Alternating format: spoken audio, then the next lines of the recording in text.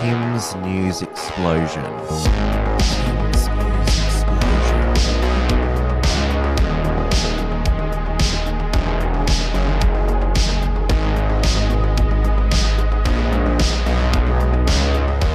Let's turn over to across the Tasman to New Zealand, where its former Prime Minister, Dame Jacinda Ardern, because they still have knights and dames in New Zealand and every bloody former Prime Minister gets one.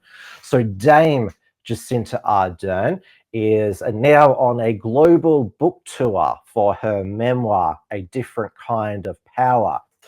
So there's been huge publicity blitz in all of the news online and The Guardian, on our ABC 7:30, a love-in with Sarah Ferguson, similar to the one she did with Hillary Clinton when there was the Four Corners infomercial for Hillary Clinton's book.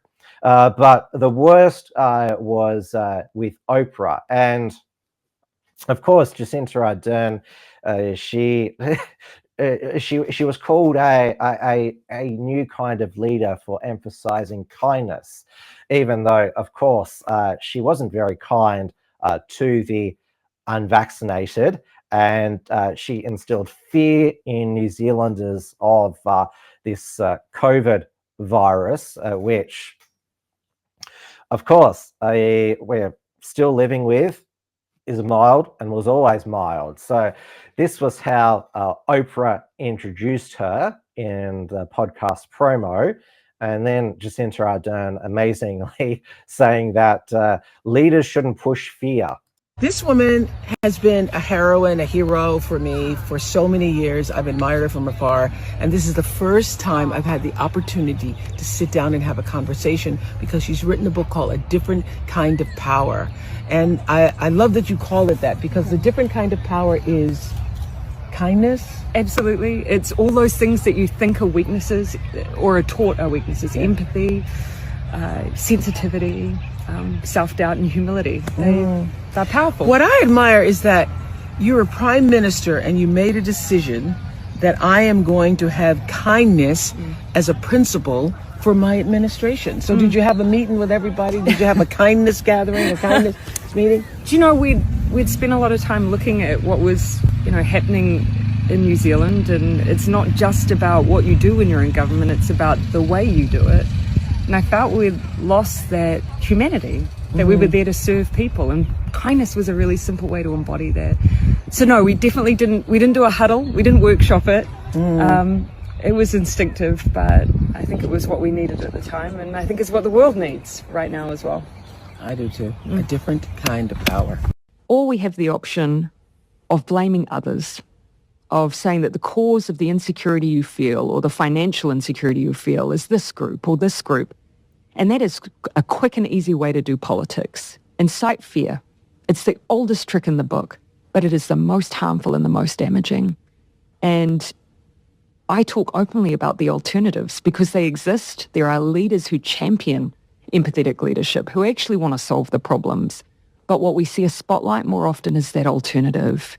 And I wish so much that we can turn towards those more optimistic, hopeful and inclusive responses to problems rather than the fear that we see.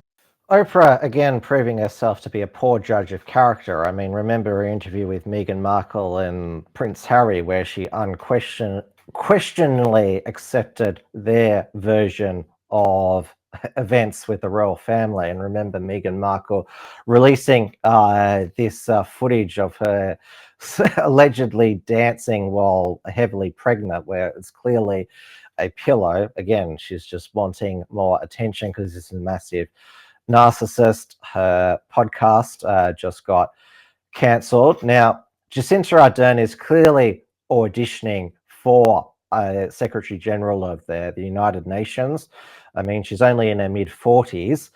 She has always been more popular outside of New Zealand. I mean, you do a vox pop on the streets of New Zealand and see what New Zealanders who actually lived under her prime ministership think of her. I mean, after the COVID lockdowns ended, the inflation in New Zealand was much more rapid, including it was most prevalent in cheese, much more so than in Australia, and that's why she resigned rather than lose an election. Though the new Prime Minister, Christopher Luxon, is very much proven to be a disappointment. Now, I couldn't believe this when I came across this video from Christopher Luxon's X account. Here he is with his Finance Minister, Nicola Willis, saying that making a pitch to migrant workers all around the world to not only come to New Zealand, but bring your family as well. A whole lot more attractive for skilled workers from overseas. We're excited to announce the Parent Boost Visitor Visa today. And that will help drive our economic growth by incentivising skilled people to come to New Zealand and live, knowing that their parents and their grandparents can join them in New Zealand for extended visits, if they meet the criteria that they must be fit, able to support themselves financially, and have their own health insurance. That's right. I'm super excited that we're announcing Parent Boost today. And I know that many people from different cultures will be celebrating this news. Because when you move countries, the people that you miss the most are your family. Parent Boost gives us the opportunity to reconnect those vital ties and makes it easier to settle and stay in New Zealand. And it's a much fairer system, giving certainty to our communities and clarity over how we make this happen. So, for everyone who has parents living overseas, go onto the Immigration New Zealand website and see how your parents can be eligible to come here for 5 years or even longer. Well, at least our Prime Minister and his cabinet ministers at least pretend that they're focused on reducing mass immigration. But you saw it in New Zealand. The Prime Minister, Christopher Luxon, is like, yeah, rest of the world, come on over. We want you to come here and bring your family as well. Now, that may be because a lot of New Zealanders are now fleeing the country. A lot of them come here. They've got a immigration crisis. So if they're just importing anyone, no wonder New Zealanders who have grown up there are leaving at the first opportunity they get. And again, I think that also just proves that, yeah, immigration is just mass immigration is just a Ponzi scheme for governments. I mean, he clearly believes that it'll pump up his economic numbers. There's been a change in Deputy Prime Minister in New Zealand. So for the first 18 months, New Zealand First leader Winston Peters, he was Deputy Prime Minister, one of the National Party's coalition partner, which Chris Luxon is from. Now the other coalition partner, the ACT Party, its leader, David Seymour, is now Deputy Prime Minister. Now, one of his MPs, Laura McClure, held up a nude deepfake AI image of herself that she had created. Now, she blurred it herself.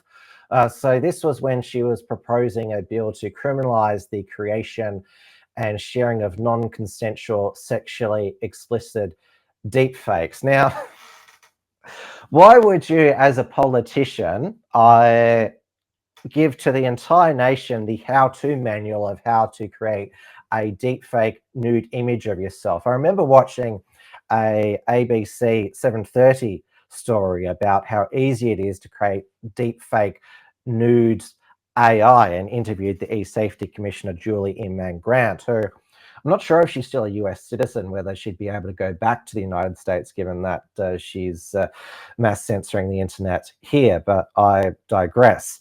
In my opinion, it is completely irresponsible to basically provide a how-to manual about, most people don't know that these types of images can be created. So holding it up in Parliament saying this was easy to do, you're basically giving a even like unintentionally giving a dog whistle to perverts who are watching that, hey, this is easy to do. So why don't I go on?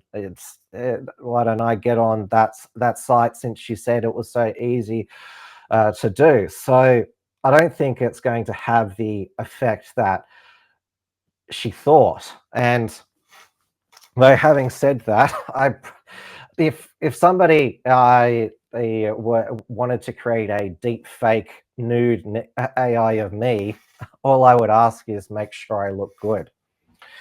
Now, some good news from New Zealand, because I've just been describing the farces that have been going on. The two Maori Party co-leaders have been suspended from Parliament for 21 days because of that Haka that they performed with their youngest MP when David Seymour, the ACT leader, tried to introduce his treaty bills. They basically broke out into this Haka to disrupt the Parliament. So she's been suspended, Hannah Rota Mata Clark, for 22 days. The two co-leaders, Rawi Waiti and Debbie Narua Packer, have been suspended for 21 days. Now, of course, this is, some people say, oh, this is undemocratic, suspending politicians from voting in Parliament, but they shut down debate on a bill that is they shut down the democratic workings of the Parliament. So of course they should be sanctioned for that. Tim's News Explosion.